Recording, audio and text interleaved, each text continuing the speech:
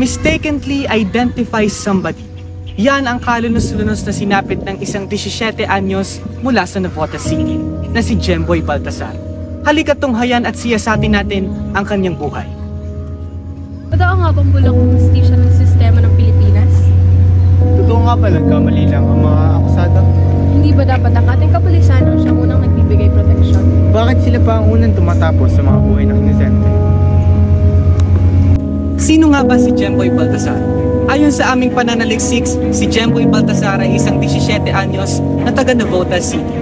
Ayon sa kanyang pamilya, si Jemboy Baltasar ay isang simple, masayahing bata at pinalaki ng kanyang mga magulang na may takot sa Diyos at may pangarap na maging marino. Ngunit sa kasamaang palad noong August 2, 2023, siya ay binaril ng kapulisan. 2 ng Agosto taong kasalukuyan, nakitang naglilinis ng bangka si Jemboy at ang kanyang kaibigang si Mano nang dumating ang grupo ng mga pulis sa kanilang kinaroroonan sa Babasi Street, Phase 1, 1C sa kaorasang 1:30 ng hapon. Ayon sa naturang pangyayari, ang mga kamag-anak ng Binatilyo ay hindi pinayagan lumapit sa pinangyarihan ng aksidente or crime scene dahil si Jemboy ay hindi pa naahon sa tubig. Si Jemboy ay mahigit 3 oras nang nakalubog sa tubig bago makita ng kanyang pamilya ang kanyang bangkay. Bandang 5:00 ng hapon, iniahon ang bangkay ng Binatilyo. Inantay muna ang SOCO o Scene of the Crime Operative bago dalhin sa punerarya at i-examine.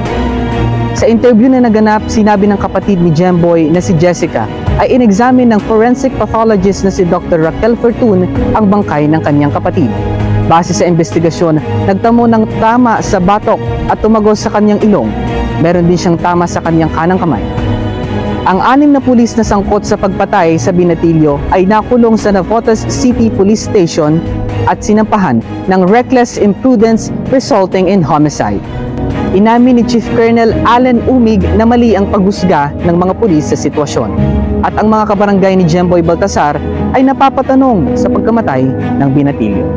Labis ang panghihinayang ni Father Alan Lopez ng San Lorenzo Ruiz and Companion Matriz Parish dahil sa nasayang na buhay ng Binatilyo, dahil sa bulok na justice system at mga pulis na hindi nagagampanan ng maayos ang kanilang trabaho. Labis din ang panghihinayang ng kanyang mga mahal sa buhay dahil sa buhay na nawala ng parang bulak. Hindi kagaya ng ibang pagkakamali, ang pagkakamaling nangyari kay Jemboy ay hindi muling maibabalik at mananatili ang pagluluksa ng kanyang mahal sa buhay na naiwan. At ang mga kabarangay ni Jemboy Baltasar ay napapatanong lamang sa pagkawala ng Binatilyo kung bakit nawala na lang parang bula ang buhay ng isang masiyahin, madasalin at magalang na batang si Jemboy. Psychoanalytic Theory, The Killing of Jemboy Baltasar.